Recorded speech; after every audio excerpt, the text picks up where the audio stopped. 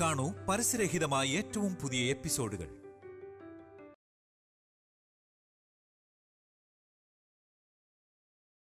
Welcome to Nolta and Devon co-present Ondannu Ruji, co-powered by Gold Winner and Sun Tips. Special partner Amion, dairy partner Paishi Milk Products and our interior design partner Psycho Designs.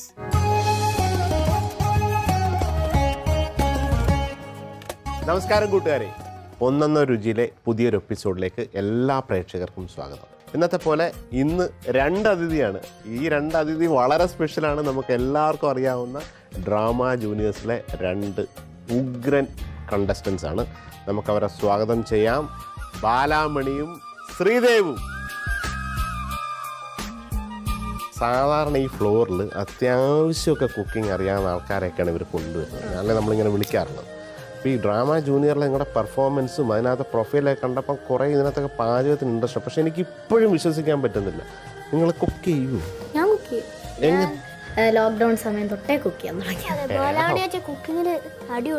അതെങ്ങനെ അറിയാം? ഇയാൾ supporting ആണല്ലേ? Okay, എന്താണ് cook ചെയ്യാൻ പോകുന്നത് അത് പറയൂ. ഞാൻ ഇവിടെ സീസയും prawns toast.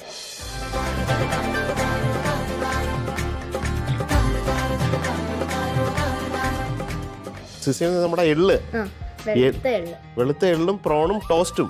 I can't wait. എന്തായാലും നമുക്ക് ആ ഇൻഗ്രീഡിയൻസിലേക്ക് പോവാം, നമുക്ക് നോക്കാം. ഓക്കെ, നമ്മുടെ ഇൻഗ്രീഡിയൻസ് വരട്ടെ. ബാലാമണി, ശ്രീദേവ്, നിങ്ങളുടെ ഇൻഗ്രീഡിയൻസ് എല്ലാം ഇവിടെ വന്നിട്ടുണ്ട്.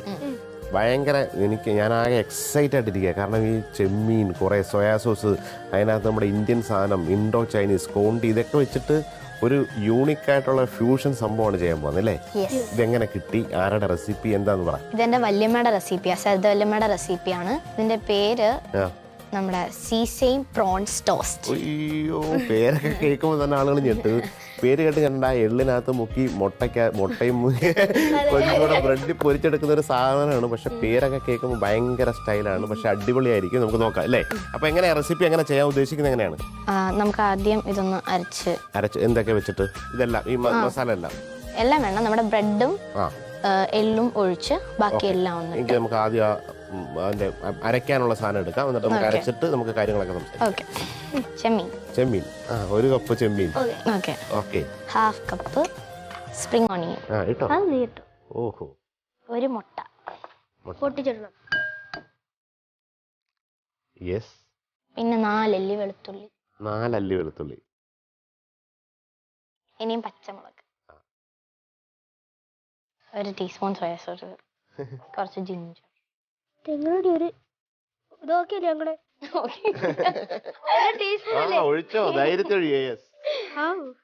കാൽ ടീസ്പൂൺ പെപ്പർ. ഇനി എന്താ ഉപ്പിടാനുണ്ട്? ആദ്യം കുറച്ച് ഉപ്പിടാം, മറ്റേ സോയാ സോസിന് ഇതുകൊണ്ട് കുറച്ച് ഉപ്പിടാം. പിന്നെ വേണമെങ്കിൽ സോയാ സോസിനകത്ത് ഉപ്പുണ്ട് അല്ലേ? എല്ലാം പഠിച്ചു വെച്ചിരിക്കുകയാണ്. ഇനിയിപ്പോ ഇത് എന്ത് ചെയ്യണം? ഇത് പേസ്റ്റ് ചെയ്യണം. ഓക്കെ, നമ്മൾ ഇത് പേസ്റ്റ് ചെയ്തോണ്ട് വരുമ്പോഴത്തേക്ക് അടുത്ത പരിപാടി ചെയ്യാം. ഓക്കെ, നമ്മുടെ പേസ്റ്റ് അരച്ചോണ്ട് വരുന്ന സമയത്ത് ഇനി ബ്രെഡിന്റെ പരിപാടി അല്ലേ?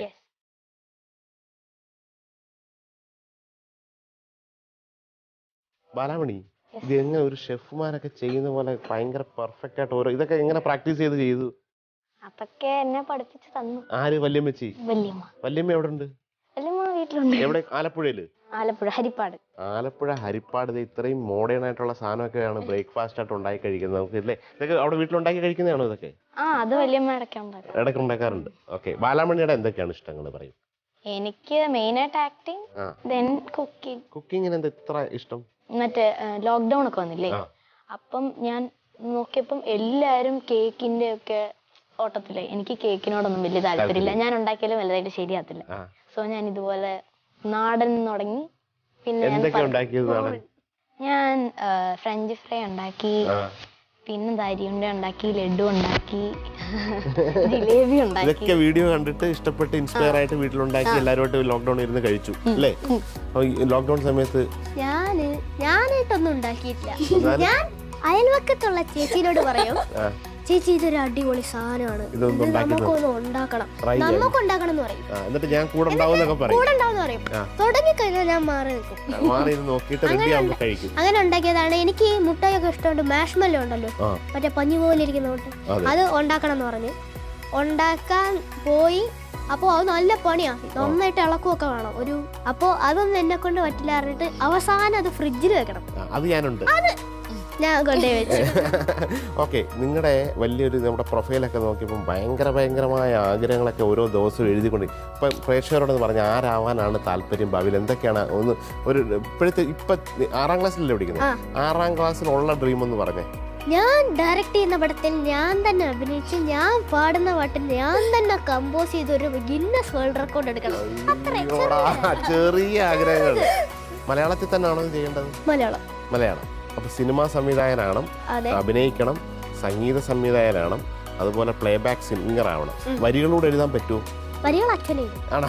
അതെല്ലാം കുടുംബത്തിന് മൊത്തമാണോ? നമ്മുടെ ട്രസ്റ്റ് ആണോ? നിങ്ങൾ പറഞ്ഞ സാധനമൊക്കെ നമ്മുടെ ക്രൂ ഒക്കെ അരച്ച് കുട്ടപ്പനാക്കി തന്നിട്ടുണ്ട്. അടിപൊളിയായിട്ടിരിപ്പുണ്ട്. ചെമ്മീനും സ്പ്രിംഗ് ഓണിയനും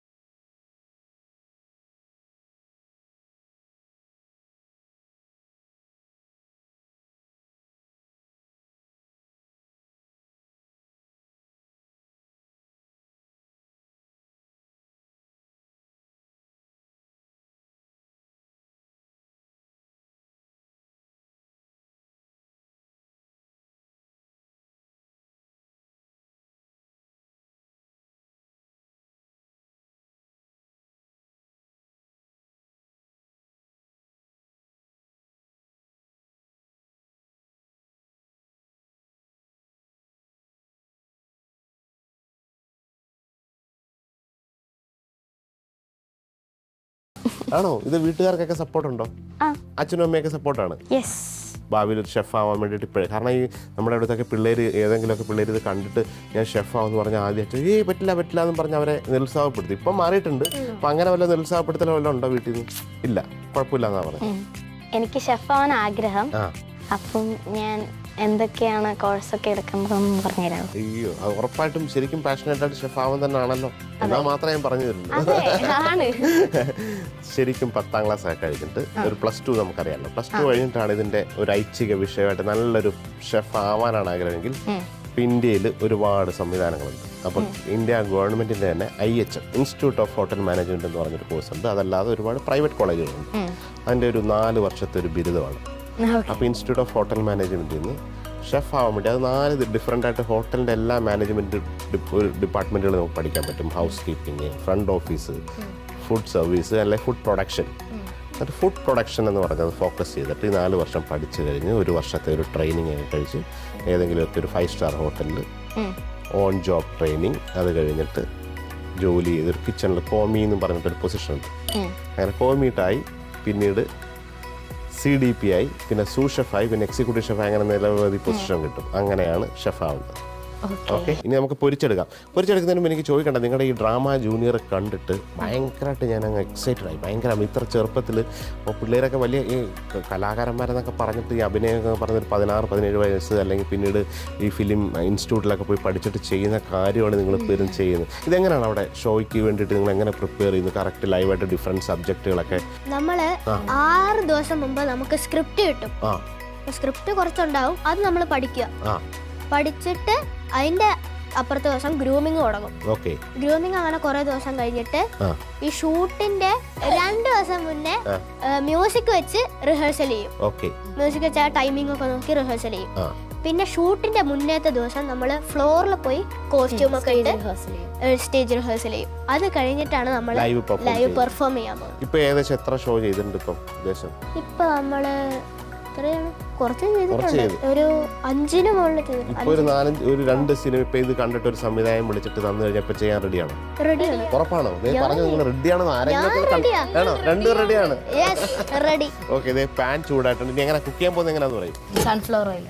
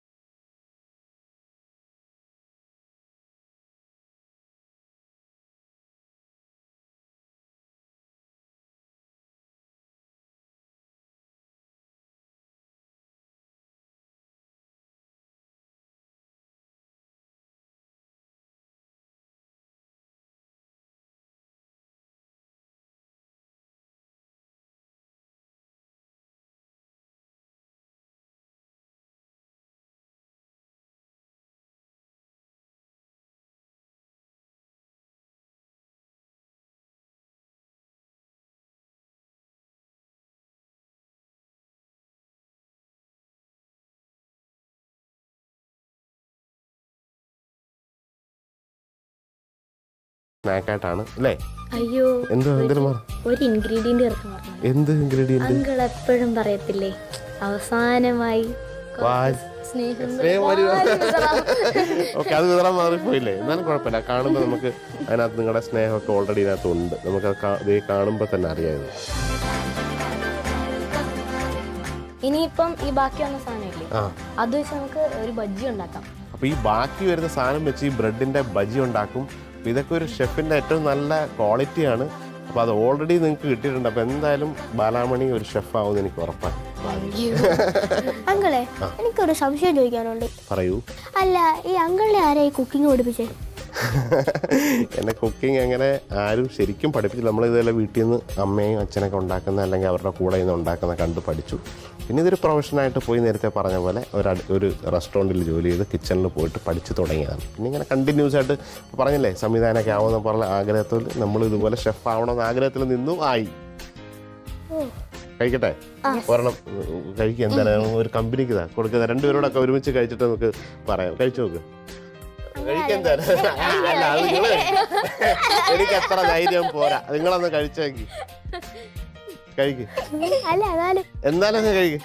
എനിക്ക് ഒരു ചിയേഴ്സ് പറഞ്ഞു കഴിക്കാം. ഓ, ചിയേഴ്സ്. കഴിച്ച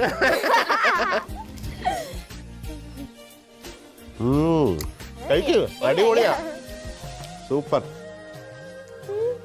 നല്ല മുരിഞ്ഞ ബ്രെഡിനകത്ത് ആ ചെമ്മീൻ്റെ ഫ്ലേവർ കറക്റ്റായിട്ട് കിട്ടും. അതിൻ്റെ കൂടെ ആ ക്രിസ്പി ആയിട്ടുള്ള നല്ല ടേസ്റ്റ് അല്ലേ? ഇത് ചായ, ജ്യൂസ്, ഒരു അടിപൊളി ഈവനിങ് സ്നാക്സ് ആണ്. പ്രത്യേകിച്ച് കുട്ടികൾക്ക് ഇത് ഭയങ്കരമായിട്ട് ഇഷ്ടം.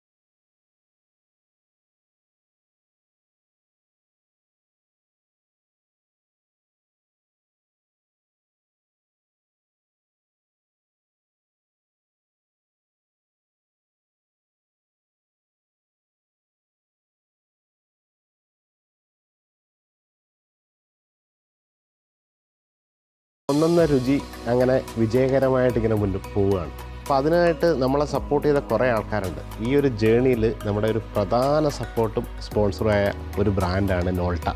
ഈ നോൾട്ടയുടെ മാനേജിങ് ഡയറക്ടർ ആൻ്റണി, നമുക്ക് അദ്ദേഹത്തെ ഈ വേദിയിലേക്കൊന്ന് ക്ഷണിക്കുകയാണ്. സാർ നമസ്കാരം. നമസ്കാരം. ആദ്യം തന്നെ നമുക്കൊരു താങ്ക് യു പറയാനുണ്ട്. നമ്മുടെ ഒരു കൂടെ നിന്ന് ഈ ഒരു പ്രോഗ്രാം ഇത്രയും വിജയകരമാക്കാനുള്ള ഇതിൻ്റെ എല്ലാ എക്യുപ്മെൻറ്റ്സും, ഇതിനകത്ത് വ്യത്യസ്തമായിട്ട് പല കാര്യങ്ങളൊക്കെ കുക്ക് ചെയ്തൊക്കെ നോൾട്ടയുടെ പ്രൊഡക്റ്റ് വെച്ചിട്ടാണ്. അപ്പോൾ ഈ നോൾട്ടയുടെ എന്തൊക്കെയാണ് പ്രൊഡക്റ്റ്, അല്ലെങ്കിൽ അതെന്തൊക്കെയാണ് പ്രത്യേകത, അതെങ്ങനെ ഈ ഒരു ബിസിനസ്സിലേക്ക് വരുന്നു എന്നൊക്കെയുള്ള കാര്യങ്ങളോടൊന്നും അറിയണമെന്നുണ്ട്. പറയൂ സാർ. വളരെ സന്തോഷത്തോടും അഭിമാനത്തോടും കൂടിയാണ് ഞാൻ ഈ വേദിയിലും സ്റ്റേജിലും നിൽക്കുന്നത്. മറ്റൊന്നുമല്ല, ചെപ്പിളെ പോലെ ഒരാളെ നമ്മുടെ ഒരു നോൾട്ടയെ റെക്കഗ്നൈസ് ചെയ്തതെന്ന് പറയുമ്പോൾ നമുക്കതിലൊരു അഭിമാനമുണ്ട്. കാരണം ഇന്ന് കുക്കിങ്ങിലെ ഒരു ആധികാരികത എന്ന് പറയാവുന്ന വ്യക്തിയാണ്. അത് നമുക്കൊരു അഭിമാനവും അല്ലെങ്കിൽ ഒരു റെക്കഗ്നീഷനുമായിട്ട് ഞാൻ കണക്കൂട്ടുന്നു. അതുപോലെ തന്നെയാണ് CTV വളരെ ഭംഗിയായ രീതിയിൽ അവർ ഈ ഒരു പ്രോജക്റ്റ് നമ്മുടെ മുന്നിൽ എത്തിച്ചപ്പോൾ ഞാൻ ഒരിക്കലും വിചാരിച്ചില്ല ഇത് ഇത്രമേൽ പോപ്പുലറൈസ് ചെയ്ത ഒരു പ്രോഗ്രാം ആവുമെന്ന്. വളരെ നല്ല രീതിയിൽ അവരത് എഡിറ്റ് ചെയ്ത് പ്രോഗ്രാം ചെയ്ത് ഭംഗിയായ രീതിയിൽ ടെലികാസ്റ്റ് ചെയ്യുന്നുണ്ട്. വളരെ താങ്ക് യു. അതിനാദ്യമേ ഞാൻ നന്ദി പറയുകയാണ്. പിന്നെ നോൾട്ട എന്ന് പറയുന്നത് കൊട്ടാരം ഗ്രൂപ്പിൻ്റെ ഒരു ബ്രാൻഡാണ്. കൊട്ടാരം ഗ്രൂപ്പ് എന്ന് പറയുന്നത് ഒരു 5 സഹോദരന്മാരുടെ കൺസോർഷ്യമാണ്. ഒന്നിച്ച് 35 കൊല്ലമായിട്ട് ഇപ്പോഴും ഒന്നിച്ച് വ്യാപാരം ചെയ്യുന്ന 5 സഹോദരന്മാരുടെ ഒരു സ്ഥാപനമാണ് കൊട്ടാരം ഗ്രൂപ്പ്. ഞങ്ങൾക്ക് പല വെർട്ടിക്കലുണ്ട്. അതിൽ കിച്ചൺ റിലേറ്റഡ് പ്രോഡക്റ്റ് എന്ന് പറയുന്നത് നോൾട്ട എന്ന് പറയുന്നത് ഞങ്ങൾ 2000 മുതൽ നമ്മുടെ സ്വന്തം ഒരു ബ്രാൻഡ് വേണമെന്നുള്ള ചിന്തയിലാണ് നമ്മൾ നോൾട്ട എന്നുള്ളൊരു ബ്രാൻഡിലേക്ക് എത്തുന്നത്. അങ്ങനെ അതിനൊരു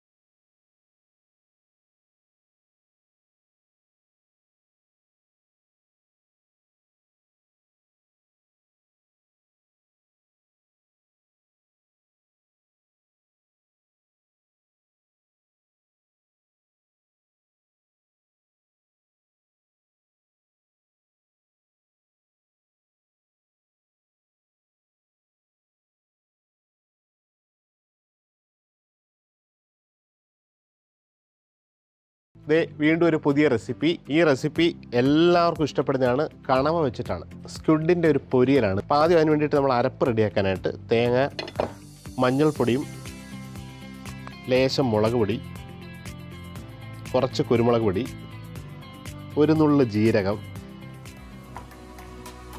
കുറച്ച് വെളുത്തുള്ളി, കുറച്ച് ചെറിയ ഉള്ളി, അതിനോടൊപ്പം തേങ്ങയിട്ട് ഇതൊന്ന് വെള്ളം തൊടാതെ അവിയലിൻ്റെയൊക്കെ പരുവത്തിൽ ചതച്ചെടുക്കുകയാണ്. അപ്പോൾ ഇതൊന്ന് ചതച്ചെടുത്തിട്ട് നമുക്ക് ഇതുണ്ടാക്കാം.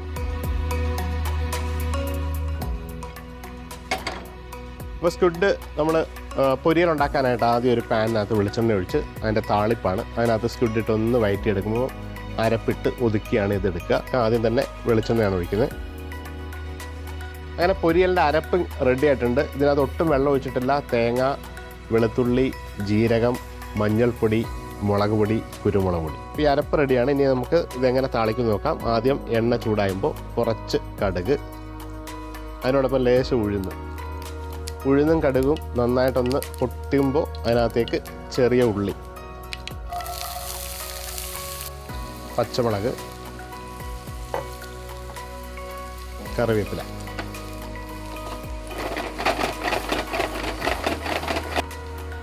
ഉള്ളി ചെറുതായിട്ടൊന്ന് വാടി വരുമ്പോൾ ഈ കണവയാണ്. കണവയ്ക്കകത്ത് വെള്ളം ഉണ്ടാവും. അപ്പോൾ ആ വെള്ളം ആവശ്യമുള്ളത് പിഴിഞ്ഞ് ഇത് ഡ്രൈ ആയിട്ട് വരുന്ന സംഭവമാണ്. അപ്പോൾ കണവ അതിനകത്തേക്ക് ചേർത്ത് കൊടുക്കുകയാണ്. ഇതിനെ ഒന്ന് വഴറ്റുന്നു.